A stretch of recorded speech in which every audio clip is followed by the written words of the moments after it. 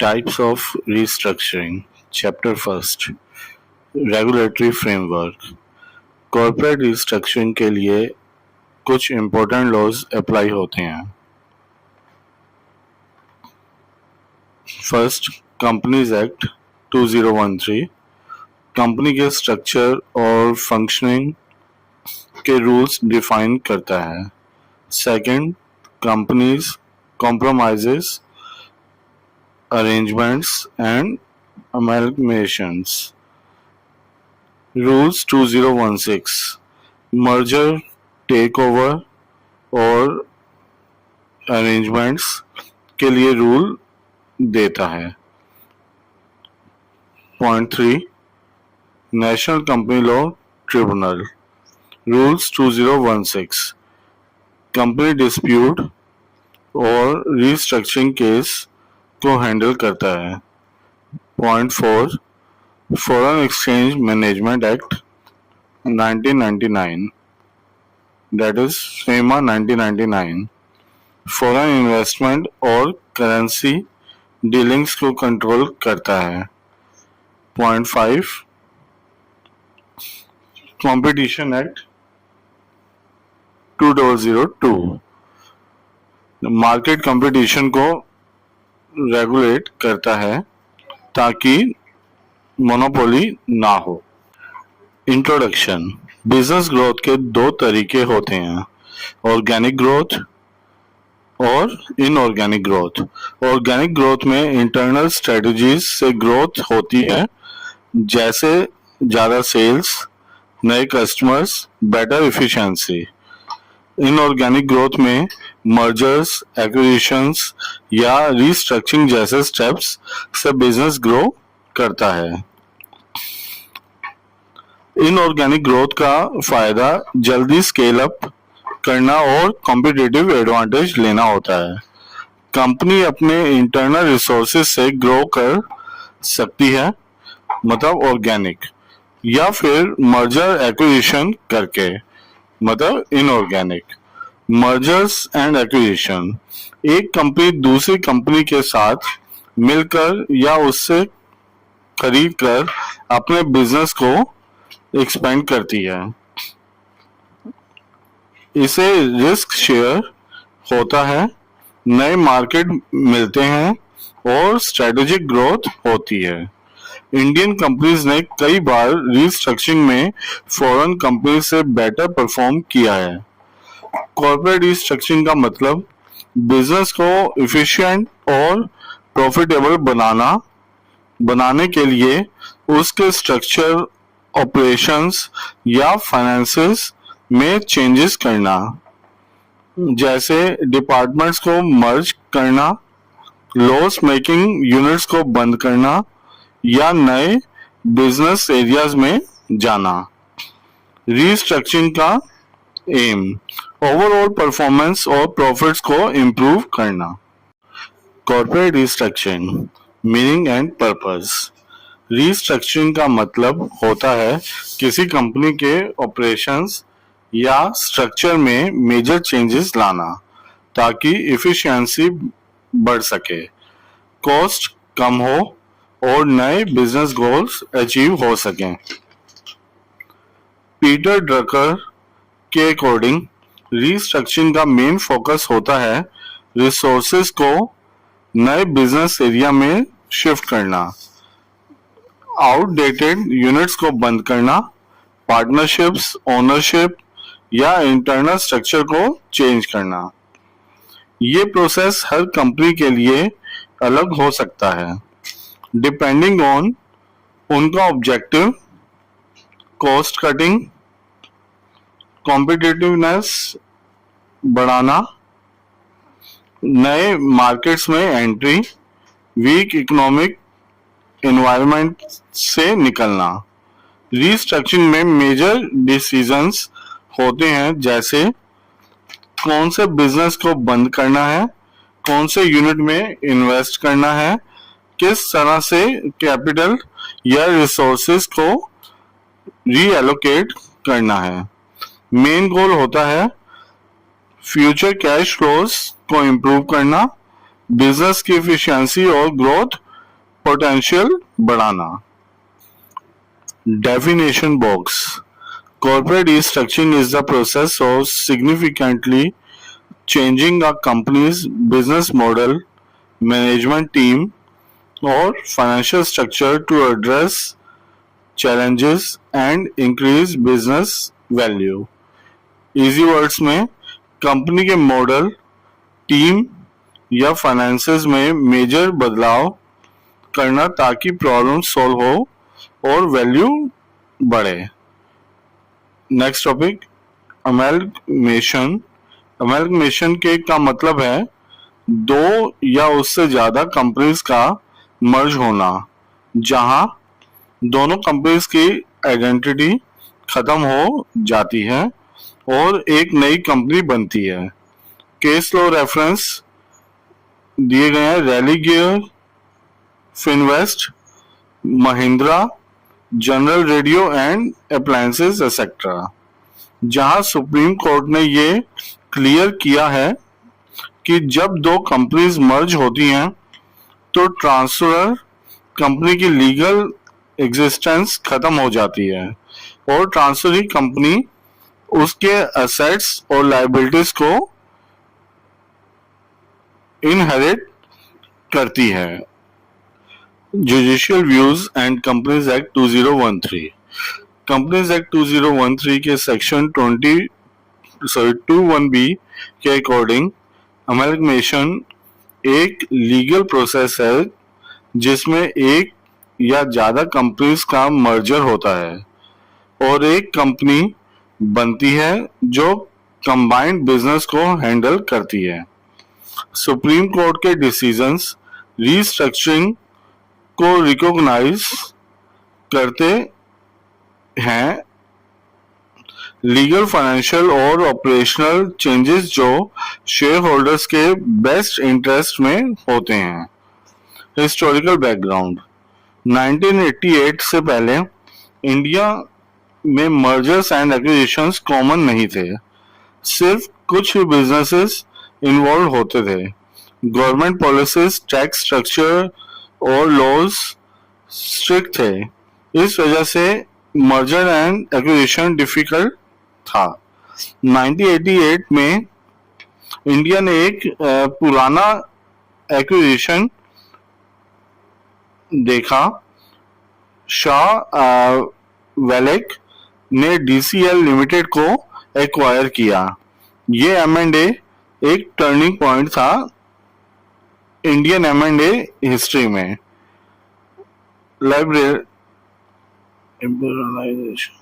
Liberalisation से पहले 1991 के पहले लाइसेंस सिस्टम, टाइट कंट्रोल्स और रेगुलेटरी रिस्ट्रिक्शंस की वजह से रीस्ट्रक्चरिंग लिमिटेड थी।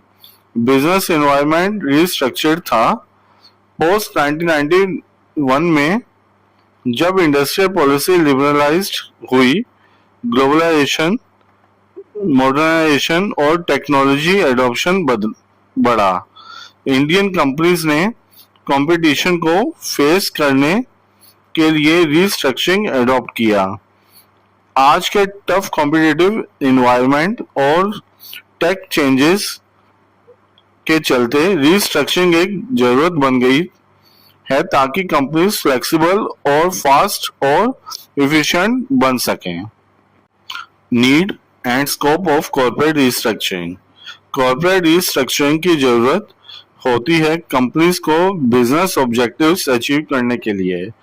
कुछ कॉमन ऑब्जेक्टिव्स ये हैं। फर्स्ट, शेयर होल्डर्स का वैल्यू एनहांस करना। सेकंड, एक बिजनेस से सरप्लस कैश निकालकर दूसरे प्रॉफिटेबल बिजनेस में इन्वेस्ट करना। थर्ड, दो या ज्यादा बिजनेसेस के बीच डुप्लीकेशन को अवॉइड करना। फोर्थ, कोर कॉम्पिटेंसेस का डेवलपमेंट करना, अपने स्ट्रॉन्ग एरियाज में और बेटर बनना। फिफ्थ, टैक्स बेनिफिट्स लेना, लॉस मेकिंग कंपनी को प्रॉफिट मेकिंग कंपनी के साथ मर्ज करके टैक्स सेविंग्स करना। सिक्स्थ, इंफॉर्मेशन रेवोल्यूशन के कारण फास्ट चेंजेस होने लगे बिजनेस वर्ल्ड में, जिसे कॉप करने के लिए रीस्ट्रक्चरिंग जरूरी बन गया। 7th, कॉर्पोरेट परफॉर्मेंस को इम्प्रूव करना। 8th, ग्लोबली कॉम्पिटिटिव बनना, अपनी मार्केट वैल्यू और ब्रांड इमेज इम्प्रूव करने के लिए। मीडियम साइज्ड कंपनीज को ग्लोबल मार्केट में लाने में हेल्प करना। 10th, ऑपरेटिंग कॉस्ट कम करना, बेटर इकोनॉमीज ऑफ स्केल लाना, बिजनेस रिस्क को कम करना और रिटर्न बढ़ाना। अंडर परफॉर्मिंग यूनिट्स को रीस्ट्रक्चर करके स्ट्रेटेजिक प्लानिंग करना। कॉर्पोरेट रीस्ट्रक्चरिंग का मतलब, इसका मेन एम होता है किसी बिजनेस की पोजीशन इंप्रूव करना और ऑब्जेक्टिव अचीव करना। ये स्ट्रेटेजिक एसेट्स का सही यूज करने के लिए किया जाता है। ग्लोबल कंपटीशन के टाइम में ये जरूरी है क्योंकि कॉस्ट कटिंग और वैल्यू एडिशन पे फोकस होता है। एग्जाम्पल, एबीसी लिमिटेड के पास एक्स्ट्रा फंड है पर उसके पास कोई वायबल प्रोजेक्ट नहीं है। एक्सवाईजेड लिमिटेड के पास अच्छे प्रोजेक्ट्स हैं पर पैसा नहीं है। दोनों कंपनीज अगर मर्ज हो जाएं तो दोनों को म्यूचुअल बेनिफिट्स मिलेगा, सिनर्जी क्रिएट होगी। Motives behind corporate restructuring, financial reasons, cost reduce करना, ऑपरेशनल इफिशिएंसी बढ़ाना, वैल्यू ऑफ एसेट्स इंप्रूव करना, टैक्स बेनिफिट्स लेना, डेट बर्डन कम करना। मोटिव, मैनेजमेंट और मार्केटिंग कैपेबिलिटीज बढ़ाना, प्रोडक्ट डेवलपमेंट इंप्रूव करना, कॉम्पिटिटिवनेस बढ़ाना। अदर्स, ग्रोथ के नए ऑप्शंस एक्सप्लोर करना, बिजनेस को टर्न अराउंड करना। Types of restructuring, financial, business, managerial, organisational, technological. First, financial restructuring, capital based restructure करना और नए प्रोजेक्ट्स के लिए फाइनेंस अरेंज करना। कंपनी को फाइनेंशियल डिस्ट्रेस से बाहर निकालने में मदद करना। फाइनेंशियल रिस्ट्रक्चरिंग के रीजन, पुअर परफॉर्मेंस, बाहर का competition, market share loss, growth के नए मौके चाहिए। मेथड्स, इक्विटी रिस्ट्रक्चरिंग जैसे buyback, capital reduction, debt restructuring जैसे loan restructuring, unsecured borrowings etcetera. Market and technological restructuring, meaning जब कंपनी नए मार्केट सेगमेंट्स में काम करने के प्लान करती है या नई टेक्नोलॉजी अडॉप्ट करती है तो उसे मार्केट और टेक्नोलॉजिकल रिस्ट्रक्चरिंग कहते हैं। इस प्रोसेस में एम्प्लॉयज के रोल चेंज होते हैं, न्यू हायरिंग या ट्रेनिंग होती है, एक्सटर्नल पार्टनर्स या वेंडर्स भी इन्वॉल्व हो सकते हैं। एग्जाम्पल, टीसीएस यानी टाटा कंसल्टेंसी सर्विसेज ने रिस्ट्रक्चरिंग की और अपना फोकस 3 एरियाज में पर रखा, कॉस्ट, क्वालिटी और कस्टमर सेटिस्फेक्शन। डिज्नी ने कुछ रोल्स हटा दिए और नए रोल्स लाए जो कंपनी को लॉन्ग टर्म ग्रोथ के लिए मदद करें। जॉइंट वेंचर्स, स्ट्रेटेजिक अलायंसेस और फाइनेंसिंग इस टाइप की रिस्ट्रक्चरिंग के लिए एग्जांपल्स हैं। ऑर्गेनाइजेशन स्ट्रक्चर, मीनिंग इसका मतलब है कंपनी के इंटरनल स्ट्रक्चर और रोल्स को चेंज करना। पर्पस होता है मार्केट चेंजेस को रिस्पॉन्ड करना या परफॉर्मेंस इंप्रूव करना। की पॉइंट्स, इसमें एम्प्लॉयज का कॉर्पोरेशन जरूरी होता है।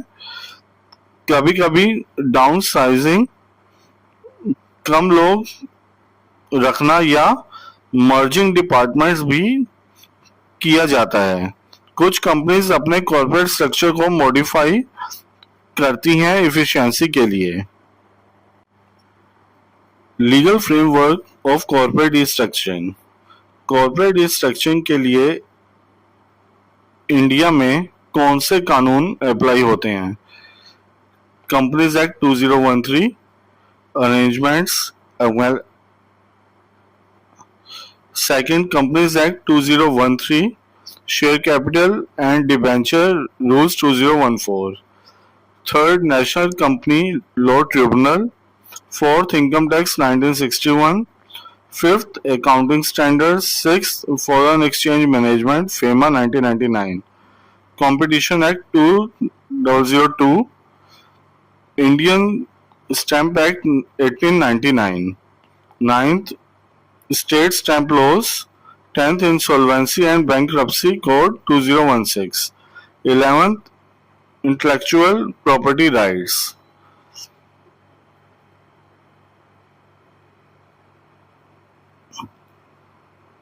Chapter 15 compromises, arrangements and amalgamations, companies act 2013। ये चैप्टर कंपनी के रीस्ट्रक्चरिंग प्रोसेस के लिए लीगल गाइडलाइन प्रोवाइड करता है। Companies compromises, arrangements, amalgamations rules 2013। ये रूल्स बताते हैं कि कंपनीज कैसे लीगली मर्ज, एक्वायर या रीस्ट्रक्चर हो सकती हैं। Important sections, section 230, company creditors members के साथ कॉम्प्रोमाइज या अरेंजमेंट बनाने का पावर। सेक्शन 231, ट्रिब्यूनल का पावर उस कॉम्प्रोमाइज या अरेंजमेंट को एनफोर्स करने के लिए। सेक्शन 232, मर्जर और अमेलगमेशन का procedure. Section 233, fast track merger, छोटी कंपनीज के लिए simplified process. Section 234, cross border merger, India के बाहर की कंपनीज के साथ merger. Section 235, dissenting share holders से शेयर्स एक्वायर करना। सेक्शन 236, माइनॉरिटी शेयर होल्डर्स के शेयर्स परचेज करने के लिए पावर। सेक्शन 237, सेंट्रल गवर्नमेंट का power to merge companies in public interest. Section 238, merger के बाद स्कीम की रजिस्ट्रेशन। सेक्शन 239, कंपनी के पेपर्स डॉक्यूमेंट्स की प्रिजर्वेशन। सेक्शन 240, ऑफिसर्स की लायबिलिटी ड्यूरिंग मर्जर अमेलगमेशन के time. Most commonly applied tool of corporate restructuring, mergers, acquisitions and amalgamation, meaning जब दो या उससे ज्यादा कंपनीज या बिजनेस यूनिट्स मर्ज या एक्वायर होते हैं तो उसे M&A कहते हैं। इसका एम होता है वैल्यू क्रिएट करना, मार्केट एक्सपेंशन, एफिशिएंसी इंप्रूव करना, बिजनेस का साइज और स्कोप बढ़ाना। की पॉइंट्स, M&A से एक कंपनी दूसरी को एब्जॉर्व करती है या दोनों मिलकर एक नई एंटिटी बनाते हैं। बिजनेस ग्रोथ के लिए ये एक स्ट्रेटेजिक टूल है। ये ओनरशिप, कंट्रोल, ऑपरेशंस सब चेंज करता है। पर्पस, कंपनी जल्दी ग्रो करना चाहती हैं और अपना मार्केट रीच बढ़ाना चाहती हैं। M&A से कंपनीज अपने एसेट्स और ऑपरेशंस को एक्सपेंड करती हैं, कस्टमर बेस बढ़ाती हैं, कॉम्पिटिटिव एडवांटेज पाती हैं। Types of M&A acquisitions: first, business transfer, slump sale, entire business को एक ही लमसम प्राइस में ट्रांसफर करना without valuing individual assets. Second, share purchase और take over, unlisted company, private company, listed company, public company. Joint venture और strategic alliance, joint venture और strategic alliance, दो companies मिलकर एक स्पेसिफिक प्रोजेक्ट के लिए पार्टनरशिप करती हैं, दोनों की कैपेबिलिटीज यूज होती हैं बिना ओनरशिप चेंज किए। Merger, amalgamation, demerger, merger amalgamation, दो या ज्यादा कंपनीज एक नई कंपनी बनाकर या एक कंपनी में मर्ज होके ऑपरेट करती हैं। डीमर्जर, एक बड़ी कंपनी अपने पार्ट्स को अलग करती हैं। Spin offs, splits, split ups, split offs. Synergy, M&A का मेन गोल होता है ऐसी सिनर्जी क्रिएट करना जिससे दोनों कंपनीज की वैल्यू मिलकर इंडिविजुअल वैल्यू से ज्यादा हो जाए। बिकम बिगर फास्टर, M&A से कंपनीज रैपिड ग्रोथ अचीव करती है जो नॉर्मल ऑर्गेनिक ग्रोथ से ज्यादा फास्ट होती है। ऑर्गेनिक ग्रोथ में डिकेड्स लगते हैं, लेकिन M&A से ये कुछ ही ईयर्स में हो सकता है। Reasons for merger and acquisitions: preempted competition, अपने राइवल कॉम्पिटिटर को मार्केट में अपने से पहले ही खरीद लेना, इससे कंपटीशन खत्म हो जाता है। ये साइक्लिकल इंडस्ट्रीज में ज्यादा होता है। Domination, market control, companies M&A का यूज करती हैं ताकि वो मार्केट में डोमिनेंट पोजीशन ले सकें, लेकिन अगर दो बड़े राइवल्स मर्ज हो जाए तो मोनोपोली बन सकती है जिसे रेगुलेटरी अथॉरिटीज रोक सकती हैं। थर्ड, टैक्स बेनिफिट, M&A का यूज टैक्स सेविंग्स के लिए भी होता है। ये कभी कभी डायरेक्ट नहीं होता बट इनडायरेक्ट टैक्स इफिशिएंसी के लिए होता है। फोर्थ, इकोनॉमीज ऑफ स्केल, जब कंपनी का आउटपुट बढ़ता है तो कॉस्ट पर यूनिट कम हो जाती है, इससे ओवरऑल प्रॉफिटेबिलिटी बढ़ती है। Fifth, acquiring new technology, companies नए टेक्नोलॉजी के लिए दूसरी कंपनीज को एक्वायर करती हैं, इससे उन्हें कॉम्पिटिटिव एज मिलता है।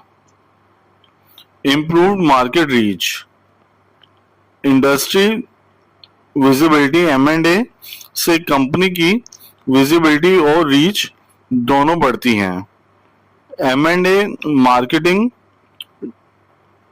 डिस्ट्रीब्यूशन बेटर हो जाता है। बड़ी कंपनीज का इन्वेस्टर कॉन्फिडेंस भी ज्यादा होता है। M&A कैसे होता है?